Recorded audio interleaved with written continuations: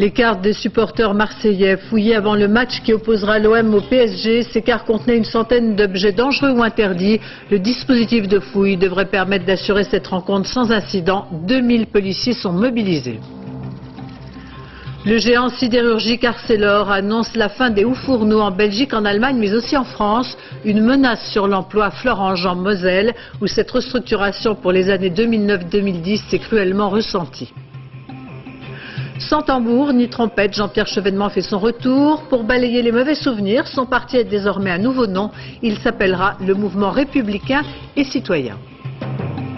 Cinéma avec l'événement Taxi 3 qui sort mercredi sur les écrans. La saga de Luc Besson met la gomme sur fond de polémique, quelques-uns évoquant une incitation à la violence routière. Madame, Monsieur, bonsoir. Très impressionnant dispositif de sécurité pour le match PSG-OM qui se déroulera dans moins d'une heure au Parc des Princes. Le secteur est bouclé depuis cet après-midi et les fouilles des supporters sont faites pour décourager tout débordement. Selon les dernières statistiques, le hooliganisme connaît une hausse inquiétante. Cette rencontre à haut risque prend donc l'allure d'un test au moment où les riverains manifestent leur mauvaise humeur et leur ras-le-bol. Reportage Zindine Boudaoud, Véronique Jean, Grégory Vasseur. Le ministre de l'Intérieur, nouvelle cible des supporters de l'OM. Ils sont plusieurs centaines, très remontés. Très remontés contre Nicolas Sarkozy, comme s'ils se sentaient visés par l'annonce de mesures plus sévères contre les hooligans. À peu près au même moment, le ministre de l'Intérieur arrive au Parc des Princes. Il est là pour superviser le dispositif de sécurité déployé autour et dans le stade. 2000 gendarmes et policiers qui ont déjà fait d'inquiétantes découvertes, surtout dans les bagages des Marseillais. Une trentaine d'armes blanches, des manches de pioche et même des barres de fer. Match nul entre supporters des deux camps, puisque deux Parisiens ont été interpellés, l'un d'entre eux possédait un couteau. À chaque rencontre entre Paris et Marseille, c'est le même chahut, le même déploiement de force. Les riverains sont exaspérés, ils sont venus le dire en manifestant non loin du Parc des Princes. Il y a eu un rétroviseur dernièrement envoyé dans un appartement, des cailloux, on reçoit tout, tous les projectiles, on vit, volets fermés. Il y a eu une montée de la violence continue. On est compte, la porte de notre immeuble a été cassée trois fois dans les 4 dernières années. Un montant métallique tordu, vous vous rendez compte avec quelle violence vous tordez un montant profilé, métallique. Pour ces élus et ces riverains, la seule solution, c'est la délocalisation des matchs à risque ailleurs qu'à Paris. Une option déjà écartée par Nicolas Sarkozy, qui préfère durcir les sanctions pénales contre les fauteurs de troubles. Le numéro 1 mondial de la sidérurgie, Arcelor, a annoncé son intention de supprimer progressivement plusieurs milliers d'emplois en Belgique, en Allemagne et en France. Cette restructuration programmée touchera dans notre pays la ville de Florange en Moselle. Avec la fin des hauts-fourneaux, c'est tout un secteur d'activité qui s'éteint. Les conséquences sociales et économiques risquent d'être importantes. Christophe Dédart, Jean-Pierre Pasteur. Leur destin est scellé. En 2009, les deux hauts-fourneaux de Florange ainsi que l'aciérie cesseront leur activité. 1500 emplois sur les 4000 que compte le site doivent être supprimés. Les salariés ont bien du mal à accepter ce nouveau plan de restructuration. C'est un coup dur, c'est sûr. Bon, pas pour moi, parce que c'est mon âge. Pour les jeunes, hein. Pour les jeunes qui vont être embauchés, vaut mieux pas qu'ils viennent ici. Hein. Toute la vallée tourne sur la sidérurgie ici en Lorraine. Ce serait vraiment dommage de fermer les hauts-fourneaux en France. À Florange, c'est toute l'activité à chaud qui doit disparaître. Les hauts-fourneaux et l'aciérie servent à la transformation du minerai en fonte puis en acier. 2,5 millions de tonnes sont produites ici chaque année. Pour les syndicats, le site, qui a bénéficié d'importants investissements il y a 4 ans, est rentable. Aujourd'hui, il stigmatise la logique financière d'Arcelor. C'est encore une fois donc au nom du profit, au nom des gros actionnaires, des dividendes, on sacrifie non seulement des salariés, mais je dirais toute une activité, tout un bassin d'emploi. Déou est maintenant le pôle sidérurgique de Florange. Ces derniers mois, la Lorraine a été durement touchée par les restructurations. Arcelor a annoncé des mesures d'accompagnement pour la reconversion des salariés, des mesures que le Conseil régional souhaite encourager. Alors ce que nous allons faire, c'est maintenant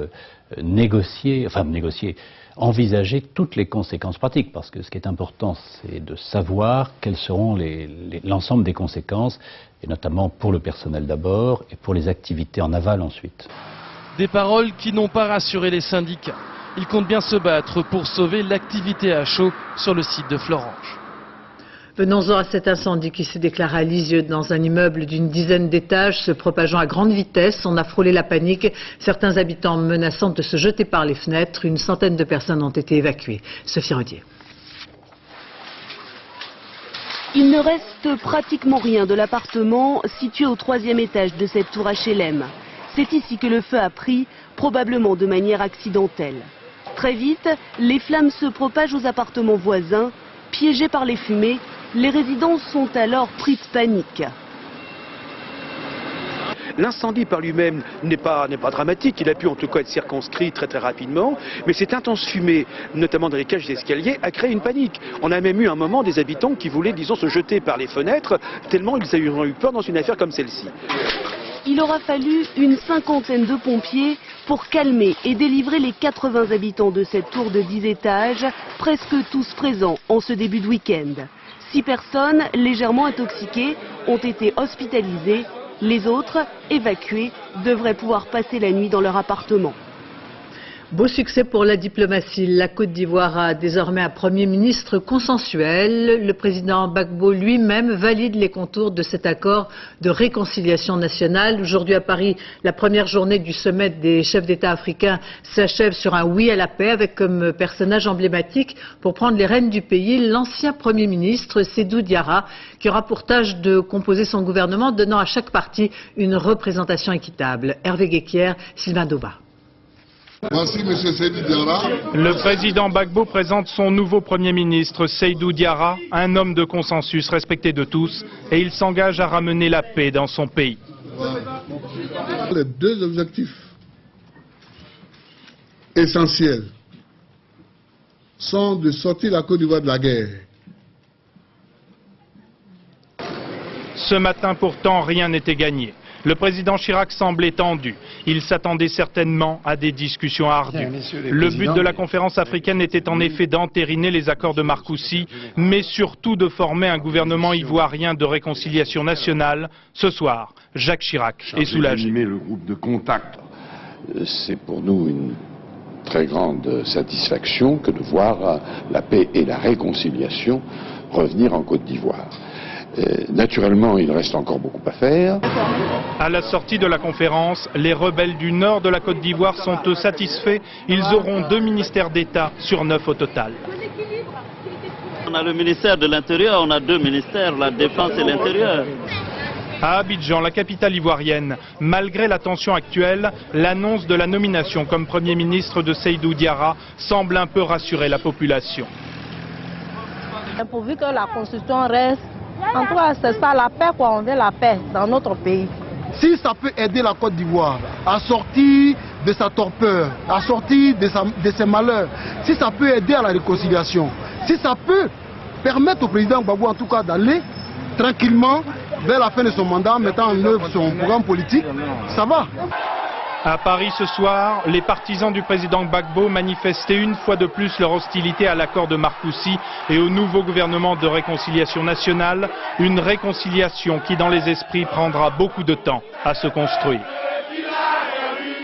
Au Brésil, le sommet de Porto Alegre avec le très attendu discours du nouveau président Lula da Silva qui viendra défendre à Davos ses idéaux. Un ouvrier ancien syndicaliste à la tête de la 8e puissance du monde.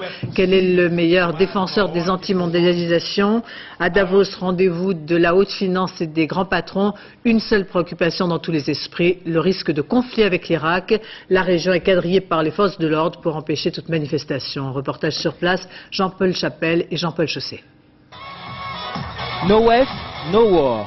Le message est clair, non à Davos, non à la guerre. 1 millier de manifestants se sont rassemblés dans le calme, jusque dans le centre de la station UP des Alpes suisses, après s'être pliés à des contrôles de sécurité draconiens. Une manif autorisée officiellement, une première à Davos. De l'autre côté des barricades, la majorité des patrons partagent la crainte d'un conflit en Irak et critiquent la position américaine.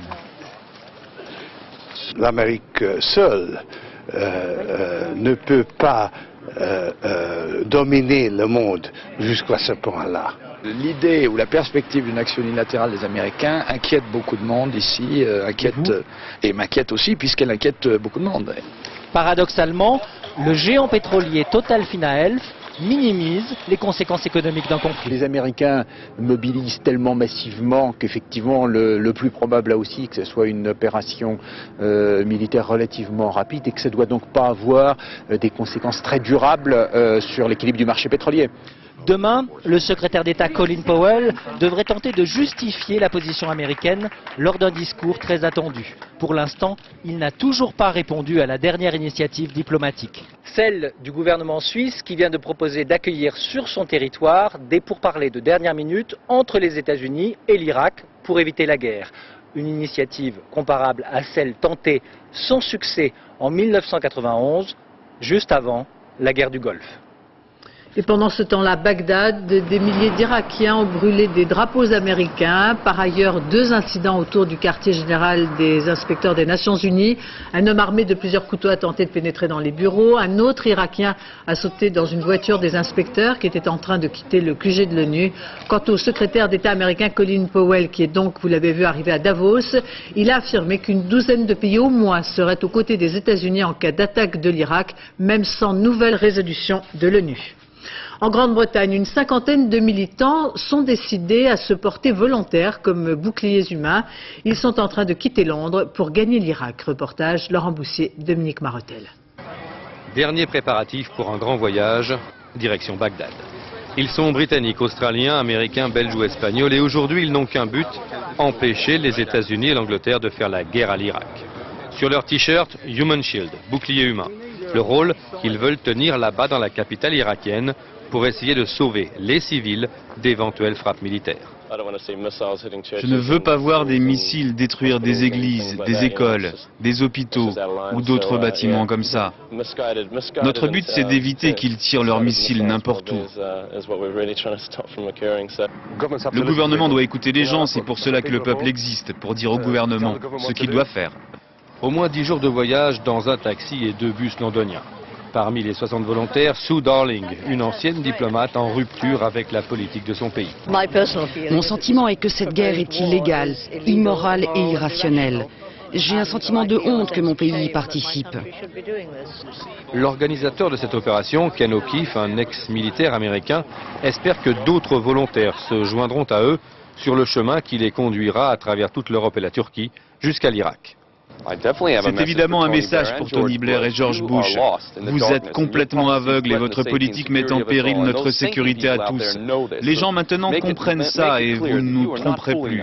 Le départ de ces volontaires et surtout sa médiatisation est donc un avertissement clair à Tony Blair. Dans quelques jours, le Premier ministre britannique va réitérer son soutien à George Bush alors que son pays, la Grande-Bretagne, se mobilise de plus en plus contre cette guerre. Dans cette période de tensions internationales, avec le risque d'une guerre en Irak, les marchés boursiers sont à la baisse et c'est l'or, valeur refuge, qui fait son grand retour, 25% d'augmentation en une seule année. Ève Bartoli, Bernard Pucceau. Plus de 61 € pièce pour ces Napoléons et presque 11 000 € pour ce lingot, l'or n'en finit plus de flamber. De 278 $ début 2002, l'once d'or a atteint 364 $ vendredi 24 janvier. Avec une hausse de 25% en un an, l'or retrouve son statut de valeur refuge. Si j'avais de l'argent à placer, j'achèterais des lingots. Parce que ça, vous allez n'importe où, l'or reste toujours de l'or. De l'or. C'est une valeur stable, c'est une référence internationale. Et actuellement, d'ailleurs, il est relativement stable avec la baisse de la bourse. Si la bourse et ses scandales ont permis à l'or d'augmenter ainsi, ce n'est pas l'unique raison. Le contexte géopolitique mondial a fortement changé. Développement du terrorisme d'un côté, instabilité croissante au Moyen-Orient de l'autre, hausse du prix du pétrole au même moment. Dans ces conditions, certains investisseurs institutionnels et certaines grandes fortunes privées tendent à acheter à nouveau du métal jaune et des mines d'or. Les gros investisseurs achètent donc, en revanche, certains petits épargnants préfèrent vendre. En un mois, ça a dû prendre 300-400 €. Et donc les gens, ça les motive à revendre un petit peu. Ils ne savent pas si ça va continuer, donc ils commencent à vendre. Et la chute pourrait bien arriver avec le déclenchement d'une guerre en Irak. En 91, l'once d'or avait perdu 30 $ le jour des premiers bombardements. Une enquête judiciaire est ouverte. Un homme de nationalité turque a porté plainte contre des policiers de Goussainville pour coups et blessures. Il aurait été battu et blessé le soir du réveillon. Émotion dans la communauté turque. Paul de Genève, Abdel Zouyesh. Il fêtait le nouvel an chez des amis. Vers 5 h du matin, Yücel Yildiz, un Turc de 30 ans, rentre chez lui. Dans la rue, des dizaines de personnes courent dans tous les sens, poursuivis par des policiers. Yücel prend peur, court, les policiers le rattrapent. À peine j'arrive au milieu du bâtiment, il y a 10 policiers qui me tombent dessus, qui me menottent et commencent à me donner des coups de matraque, des coups de pied. Yücel perd alors connaissance. Il se réveillera menotté dans une voiture de police. Au commissariat, il demande un médecin. J'arrive à l'hôpital et là, toujours menotté, pas de pompiers, rien. Toujours menotté. Il me coude la tête, 6 points de suture sur la tête avec 2 menottes dans le dos sur une chaise roulante, j'ai jamais vu ça.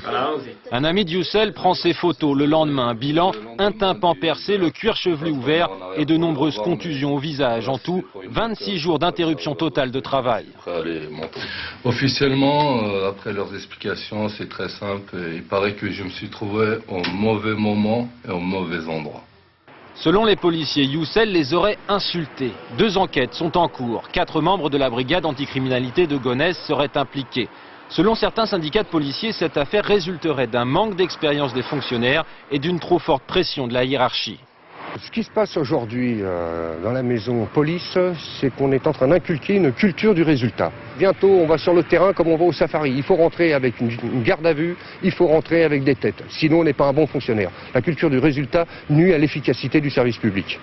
Ce passage à tabac a choqué la communauté turque. Il a fallu plusieurs jours aux associations locales pour calmer les jeunes. Les autorités turques, elles aussi, demandent des éclaircissements sur cette affaire très regrettable. Et contre la loi Sarkozy sur la sécurité intérieure, 1 millier de manifestants réunis place de la Bastille à Paris, essentiellement des rêveurs qui défendent la culture techno et le droit à la fête. La marée noire avec aujourd'hui une certaine accalmie sur les côtes françaises. Le retour d'une météo favorable permet un meilleur nettoyage des plages. Des équipes de bénévoles sont venues prêter main forte en Gironde. Caroline Femme, Philippe Dumail, Marie-Pierre Cassignard. Et vous prenez un seau, quelques sacs poubelles pour mettre l'ensemble des polluants dans les sacs. Des bras supplémentaires, tous bénévoles. Ce matin, à l'Èche-Cap-Ferret, ils étaient 80, des rugbymen et des hommes de plusieurs compagnies républicaines de sécurité. Aujourd'hui, nous sommes obligés maintenant de prendre le problème à bras-le-corps et de venir aider manuellement les municipalités afin que nous puissions retrouver un littoral sain pour l'avenir.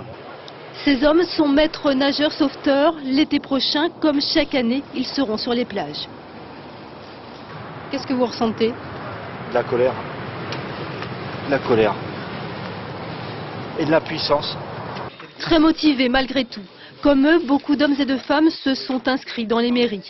L'Ordre des médecins ne cache pas ses réticences. Selon son président, un certificat n'est pas un blanc-seing donné aux bénévoles pour ramasser des produits toxiques.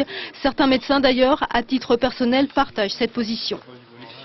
Sur le plan médical, je suis intimement persuadé qu'il y a des risques majeurs à manipuler ces produits, avec des métaux lourds, avec des résidus industriels que l'on connaît très mal. Je crois qu'il y a des risques médicaux importants. Pour ou contre la participation des bénévoles, de son côté, le maire de l'Èche-Cap-Ferret est clair sur la question. Tant qu'il y a du vent, tant que les galettes sont dures, je crois sincèrement qu'on ne risque rien. Ou alors si vraiment on devait risquer, eh bien que le ministère des tutelles, des médecins, nous le disent. Divergence d'appréciation, l'Ordre des médecins évoque le risque médico-légal. Le maire de l'Èche-Cap-Ferret, lui, se dit prêt à prendre ses responsabilités. Dans l'explosion de l'usine AZF à Toulouse, la thèse d'un acte criminel relancé par différents journaux a amené le garde des Sceaux à préciser qu'aucune piste n'a été ou ne sera négligée dans l'enquête. Dominique Perben demande au parquet de veiller à ce que toutes les hypothèses soient étudiées. Fin de citation. Politique, le retour de Jean-Pierre Chevènement sur la pointe des pieds. Depuis son cuisant échec au présidentiel, le Tché tenait aujourd'hui le congrès fondateur de son nouveau parti. Baptisé depuis quelques minutes le mouvement républicain et citoyen, cette formation politique souhaite faire table rase des mauvais souvenirs et se donner un nouvel élan. Arnaud Boutet, Arnaud Wurz et Patrick Deschmecker. Qui vote pour? Depuis ses échecs électoraux, on ne le voyait presque plus. À ses amis qui en doutaient, Jean-Pierre Chevènement rappelle que sa famille, c'est bien la gauche. Le Congrès doit enterrer le pôle républicain pour faire naître un nouveau parti. Mais Jean-Pierre Chevènement n'en prendra pas la direction, du moins officiellement. Je suis un homme politique qui a déjà une certaine expérience, donc il faut aussi laisser monter au premier rang des responsables nouveaux. Mais moi, je n'ai pas fini. Je vais continuer. Comptez sur moi. À Saint-Paul-sur-Mer, les amis de Jean-Pierre Chevènement affichent leur indépendance et rêvent de reconquête électorale en 2004. Mais à Belfort, le ton n'est pas le même. La gauche se déchire. Le PS juge Chevènement responsable de la défaite. Et depuis 8 mois, visiblement, rien n'a changé. Je ne sens pas aujourd'hui véritablement une volonté d'ouverture en direction des partis de gauche et une volonté de partager les responsabilités. Dans la rue, les avis sont partagés. C'est une forte personnalité. Je pense qu'il peut encore faire parler de lui. La grosse question, c'est l'après-Chevènement. Pour moi, ce sera le néant. Sur sa carte de vœux, on peut lire « 2002, t'es foutu, 2003 est dans la rue ». Un petit pied de nez, car Jean-Pierre Chevènement se moque des critiques. Et cette année, chaque petit détail a son importance. Ce qui est important, c'est la petite lumière qui brille dans les chauguettes. En attendant, c'est une longue marche qui commence pour tout simplement ne pas disparaître de la scène politique. Pierre Mendès France a désormais son avenue à Paris, sur la rive gauche, dans le 13e arrondissement. Une cérémonie à laquelle assistait le maire de Paris, entouré de la famille de Pierre Mendès France, en présence des anciens premiers ministres comme Lionel Jospin, Michel Rocard ou encore Pierre Mauroy ou Édith Cresson. Pardonnez-moi, l'Italie rend hommage à Giovanni, à Giovanni Agnelli depuis ce matin devant la chapelle ardente de Turin, des centaines d'anonymes et de personnalités. Isabelle Cesse. Une longue file silencieuse. Sur le toit du Lingotto, la première usine Fiat bâtie à Turin en 1923, des milliers d'anonymes patientent devant la chapelle ardente. Chacun laisse son nom sur le registre des condoléances. Les visages sont graves. Beaucoup sont des employés de Fiat qui se sentent orphelins au lendemain de la disparition de celui qui fut ici pendant près de 40 ans, le patron. J'ai travaillé ici pendant 30 ans et il nous a vraiment bien traités. J'ai peur pour l'avenir, pour les jeunes, parce que lui, il mettait les choses à leur place. Il nous faisait travailler, il nous a donné le pain. Dans la salle mortuaire, à côté du cercueil de Giovanni Agnelli, les membres de la dynastie. Les jeunes héritiers, le frère cadet successeur, Umberto. C'est l'instant du dernier hommage. Il va vous manquer. Beaucoup. J'ai rien à dire. J'ai plus rien à dire. De nombreuses personnalités ont envoyé des fleurs, dont l'ami Valéry Giscard d'Estaing et la famille royale italienne. À Londres, accident de métro en plein après-midi. Une rame a déraillé à la station Chancery Lane, dans le centre de la ville. 32 blessés, tous légers, plus de peur que de mal pour ces voyageurs qui se sont retrouvés dans le noir, courant sur les quais. Les raisons de ce déraillement ne sont pas établies. Demain, journée mondiale de lutte contre la lèpre, une maladie qui touche dans le monde 3 à 5 millions de personnes, mais faute d'accès au traitement, seules 800 000 personnes reçoivent ces médicaments qui ont prouvé leur efficacité. Pour illustrer cette 50e édition, Jean-Daniel Flézaquier et Frédéric Benet se sont rendus au Bénin. Voici l'histoire exemplaire d'une lépreuse, mère de 3 enfants. Elle vit dans la brousse et a eu un énorme coup de chance. Ce matin-là, au dispensaire de Davougon, le père Christian avait rendez-vous avec des visiteurs dans son bureau. Le docteur Guédénon, patron de la lutte contre la lèpre au Bénin, et Thérèse et sa fille Chimène, 8 ans. Il y a 5 mois, Thérèse est venue avec une forme très contagieuse de lèpre. Mise immédiatement sous traitement, elle a vu disparaître ses lésions, mais elle a eu le temps de contaminer sa fille. Cette tache, sur le front de Chimène, c'est la lèpre. Toutes les deux sont traitées, 3 médicaments pendant 1 an pour la mère, 2 médicaments pendant 6 mois pour la fille, guérison assurée à 100%, mais Thérèse est quand même inquiète. Les 2 enfants qui suivent, celle-ci aussi portent des taches et votre commissionnaire a dit que c'est suspect. Le docteur Guédénon décide d'aller lui-même voir les 2 enfants de Thérèse. Ils sont à Amontica, au bout de 100 km de pistes poussiéreuses. Il faudra plus d'1 heure pour franchir les 7 derniers kilomètres qui mènent au village. Le 2e enfant de Thérèse, c'est Josué, 5 ans. Il a une tache suspecte sur le bras. Le médecin demande à l'enfant de dire où se pose le bâtonnet. Quand il touche la tache, l'enfant se trompe. La zone est insensible, c'est la signature de la maladie. Une seule case a déjà 3 malades. Je crois qu'il faut examiner rapidement toute la maison et je vous le conseille vivement. Petit sermon aux infirmiers qui ont oublié de passer à temps dans le village. Pendant ce temps, Thérèse récupère Jérémy, 3 ans. 3e enfant, 3e tâche, 3e cas de lèpre. Avec 400 nouveaux cas par an, le Bénin ne peut pas baisser la garde. Ça demande du temps, ça demande de l'argent. Or, l'argent commence à diminuer parce que le nombre total de cas de lèpre a diminué et tout le monde dit que la lèpre ne constitue plus un problème. Mais bien sûr, c'est en ce moment que ça constitue plus de problèmes parce qu'il faut plus de difficultés pour trouver les quelques rares cas dispersés dans la nature. Jérémy et Josué seront bientôt débarrassés de la lèpre, mais tous les malades n'ont pas la chance de croiser un jour un père Christian ou un docteur Augustin Guédénon. Et si vous souhaitez manifester votre solidarité, vos dons peuvent être envoyés à la Fondation Follereau, boîte postale 79 75 015 Paris. Difficile d'imaginer que les vallées alpines, comme celles de Chamonix ou de la Maurienne, sont polluées. Pourtant, après analyse, on est loin de l'air pur que l'on associe à cet environnement. Une raison essentielle, les camions qui font route vers l'Italie, mais pas seulement. Les chercheurs sont au travail. Benoît Gadret. C'est une première en France. Mesurer la qualité de l'air en altitude à l'aide d'un ULM. À bord de cet engin, une batterie d'appareils capables de mesurer les polluants comme l'ozone ou le dioxyde d'azote émis par les camions. Car si la vallée de Chamonix est l'une des plus belles des Alpes, c'est aussi l'une des plus polluées. En témoigne cet appareil que l'on pourrait comparer à un aspirateur. Le filtre, blanc à l'origine, est devenu noir. Ces particules, c'est l'équivalent de ce qu'un homme respire ici pendant 2 mois.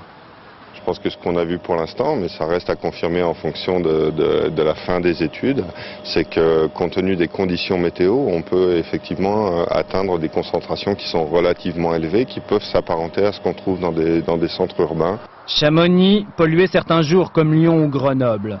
À cela 2 raisons. La vallée est encaissée. En hiver, l'air froid piège les polluants en fond de vallée. Il n'y a pas de dispersion. La deuxième raison tient à la multitude des sources de pollution. Les camions, bien sûr, mais pas seulement. Le chauffage individuel et collectif, et notamment parmi ce chauffage-là, le chauffage du bois, qui est une part importante de la pollution liée aux particules. Quelle est la part respective des différentes sources de pollution? C'est l'objet de ce programme exceptionnel qui mobilise 25 chercheurs à Chamonix et en Maurienne, et dont les résultats seront connus en 2004. Vous avez sans doute entendu parler de ces réunions Tupperware, une pratique qui nous vient des États-Unis et qui permettait au groupe américain de vendre par cooptation ses produits. Le chiffre d'affaires de Tupperware est faramineux. Le géant de la boîte en plastique vient d'annoncer qu'il mettait fin à ces célèbres pratiques en Angleterre. Anne Guéry. Et là, c'est vraiment un Tupperware. Cette fois-ci, vous pouvez le mettre dans un sac à main, vous pouvez le retourner dans un réservoir. A priori, l'idée ne ressemblait à rien, pourtant ce fut un coup de génie. La réunion Tupperware, à la maison entre copines, gentiment installée dans le salon. Et la vendeuse délicieuse qui vient à vous avec ses petites boîtes en plastique. L'idée est née en Amérique en 1951 et c'est comme ça que les boîtes Tupperware se sont vendues comme des petits pains. $1 milliard de chiffre d'affaires, la société se porte bien, elle est présente dans une centaine de pays. Alors pourquoi donc arrêter les Tupperware parties en Angleterre? C'était une belle invention, les réunions. C'était comme des goûters, on picorait, on papotait. Il y avait un aspect social qu'on a oublié. Aujourd'hui, on ne voit plus qu'un objet fonctionnel. Un objet fonctionnel qui peut rapporter encore beaucoup plus avec les supermarchés. Alors tant pis pour le charme désuet de la réunion Tupperware, tant pis pour les 1700 emplois supprimés. Vive la distribution de masse. Désormais, on pourra acheter beaucoup plus facilement les produits Tupperware. Ils seront dans les supermarchés. Alors qu'avec les réunions, ces produits n'étaient pas suffisamment accessibles. Que les nostalgiques se rassurent, il y a encore une Tupperware partie toutes les 2 secondes dans le monde. La société mère promet de ne pas y toucher en Europe. Une promesse évidemment qui n'engage à rien. En Bretagne, ces dernières années, pour donner des couleurs et de la gaieté aux petits villages, on a vu apparaître des maisons chatoyantes, souvent à l'initiative des maires et des habitants. Reste que le choix des couleurs fait parfois débat, comme le montre ce reportage dans le Finistère de Nicolas Lemarinier et Bernie Mériot. C'est une maison rouge accrochée au port du Guilvinec. On ne peut pas la rater, ceux qui vivent là ont eu une drôle d'idée. Nous avons toujours eu des bateaux qui étaient rouges. Ils s'appelaient tous Émonnous, ils sont tous rouges. Alors on a décidé de mettre la maison en banc rouge aussi. Seul souci, tout le monde n'apprécie pas les goûts artistiques de Marie-Yvonne. Elle pensait pourtant bien faire. Sous le soleil de Bretagne, les maisons prennent des couleurs depuis peu. Rose, vert, jaune, bleu, une véritable épidémie. Ici, c'est la mairie qui a lancé l'idée et a fait appel à une coloriste pour proposer une palette. Le bleu, on le trouve en particulier à Ouessant, c'est la couleur dédiée à la Vierge. Donc ça, c'est vrai que le bleu a une signification religieuse, c'est la couleur du roi également. Les couleurs chaudes, il y a eu beaucoup d'apports des maçons dans les années 30, des maçons italiens. Des couleurs retrouvées, des couleurs importées. Pendant des années en Bretagne, les maisons étaient blanches. Seule note colorée, les portes et fenêtres badigeonnées avec les restes de peinture des coques de bateaux. Un siècle plus tard, on peint encore à la main sur le port. De quoi inspirer certains artistes jusqu'aux boutistes. Trop c'est trop, dit la mairie, elle sort le carton jaune. Il ne faudrait pas que des personnes continuent à dire « ça y est, moi je m'en fous » entre guillemets de ce que la municipalité décide, je continue à aller dans les extrêmes. Alors les extrêmes, certainement, tôt ou tard, il faudrait les sanctionner. Les sanctionner, c'est-à-dire imposer un ravalement de façade. Dans le petit port du Guilvinec, on n'en est pas encore là. Ici, on a pris l'habitude de dire que les goûts et les couleurs... Patinage avec 2 Français sur le podium des championnats d'Europe à Malmö en Suède. Brian Joubert, médaille d'argent, et Stanik Janet en bronze. Julien Beaumont. 2 sur 3, c'est la performance de l'équipe de France en Suède. Derrière l'intouchable russe Pulchenko, Brian Joubert et Stanik Janet accèdent au podium des championnats d'Europe. Le patinage français n'avait pas connu une telle réussite depuis 10 ans. Dans le concours individuel messieurs, Brian Joubert s'était lancé le premier. Et d'entrée, il tente un quadruple boucle piqué. Un programme très aérien, 7 triples sauts en tout. À 18 ans, le Poitevin montre qu'il a bien sa place dans l'élite mondiale.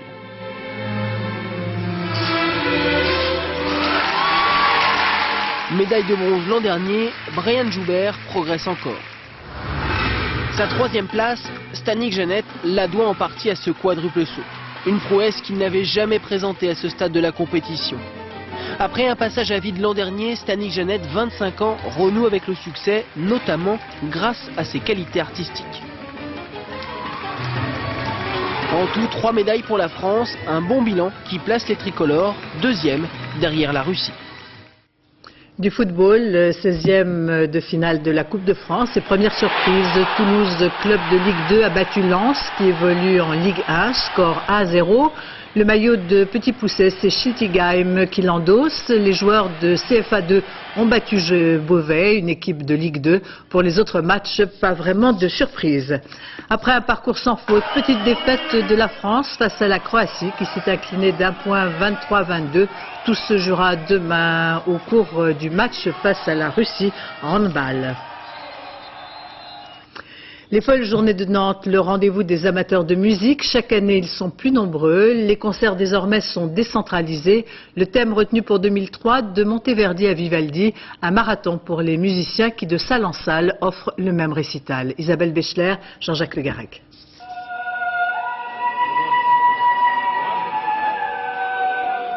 Un foisonnement de 250 concerts courts pour explorer un siècle et demi de musique italienne à travers les œuvres de 70 compositeurs.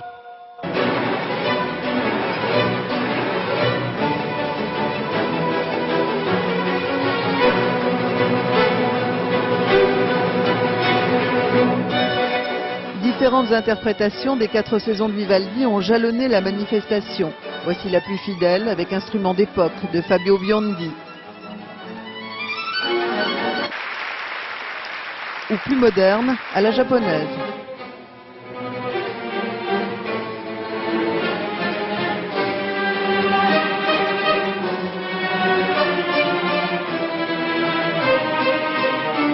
Tous ces jeunes qui jouent, là, j'ai trouvé que c'était formidable.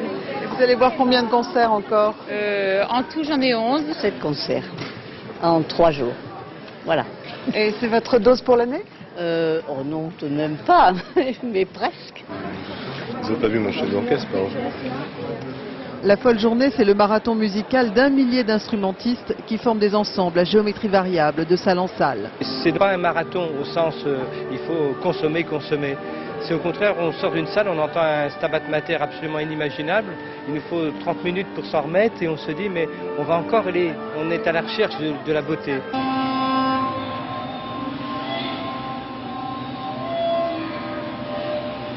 Le thème baroque a même été réexploré par le compositeur contemporain Pierre Henry, qui donnait la création mondiale de ses carnets vénitiens.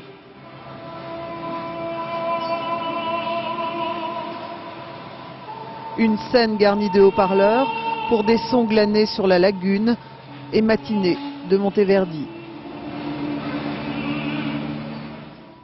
L'événement cinématographique de ce début d'année, Luc Besson nous offre un Taxi 3, toujours aussi calibré, mais derrière le succès des deux premiers, c'est une certaine polémique qui accompagne l'arrivée sur les écrans de cette saga accusée d'inciter à la violence routière. Et forcément, c'est à Marseille qu'avait lieu l'avant-première hier soir. Pascal Deschamps, Diane Richard.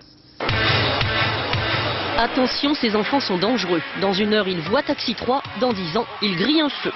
C'est en tout cas avec cette polémique qu'a démarré hier soir sur les chapeaux de roue la carrière d'un film essentiellement familial et une accusation d'incitation à la violence routière.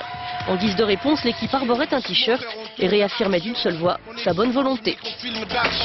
Je ne suis pas du côté des 0,0005% de gens qui sont effectivement irresponsables et qu'il faut effectivement tout faire pour arrêter. Il faudrait aussi d'arrêter de faire un amalgame entre 50 millions de personnes qui ne sont pas bêta et qui savent que quand ils vont au cinéma, c'est pour s'amuser. S'il suffisait de ne pas faire les taxis pour qu'il n'y ait plus de morts sur les routes, on arrête tout de suite, il n'y a pas de souci. Et vous savez bien que c'est pas le cas. Maintenant, nous, ce qu'on disait, on est OK pour faire une pub sur la prévention routière et on la ferait gratos, quoi, voilà. Voilà qui serait peut-être une bonne idée. C'est la première fois qu'une telle accusation est portée contre l'un des taxis. Et curieusement, c'est celui des 3 qui contient le moins de cascades à grande vitesse. Enfin, bien sûr, il y en a quand même un petit peu. On y retrouve Daniel et Emilien à la poursuite de méchants déguisés en Père Noël. Il n'y a pas de doute, c'est Noël. Les 2 comédiens que la série a rendus populaires n'ont visiblement pas la pression. On prend moins au sérieux. Ce qu'on fait, c'est on prend notre métier au sérieux, mais on s'amuse plus. On se dit c'est du cinéma. On se dit à un moment on fait du cinoche. C'est pas, on n'est pas là pour, on n'est pas des chercheurs avec un truc que si on ne trouve pas, l'humanité est en danger. Mais on va peut-être se faire remarquer comme ça. En l'air décontracté, tout se passera bien. Reste un film sympathique, au scénario un peu paresseux et aux situations souvent caricaturales. Maintenant là, ça serait bien qu'un miracle. Un spectacle pour tout public assurément, qui a coûté beaucoup d'argent et qui devrait en rapporter encore beaucoup plus. Une bonne nouvelle pour France 2. La fiction française de notre chaîne arrive en bonne place dans le palmarès du 16e Festival international de programmes audiovisuels de Biarritz, avec notamment 2 prix d'interprétation, comédien Marthe Keller dans La fiction d'Alain Tasma, Par amour, et Robin Renucci dans Le train de 16h19 de Philippe Fribois. Ainsi se termine ce journal. Dans un instant, la météo, Nathalie Riouet. 20h55, la légende des voix, animée par Ness. Demain à 7h dans Thé ou Café, Catherine Sellac reçoit Boris Cyrulnik. Quant à moi, j'aurai le plaisir de vous retrouver demain dès 13h. Je vous remercie de votre attention. Excellente fin de soirée sur France 2.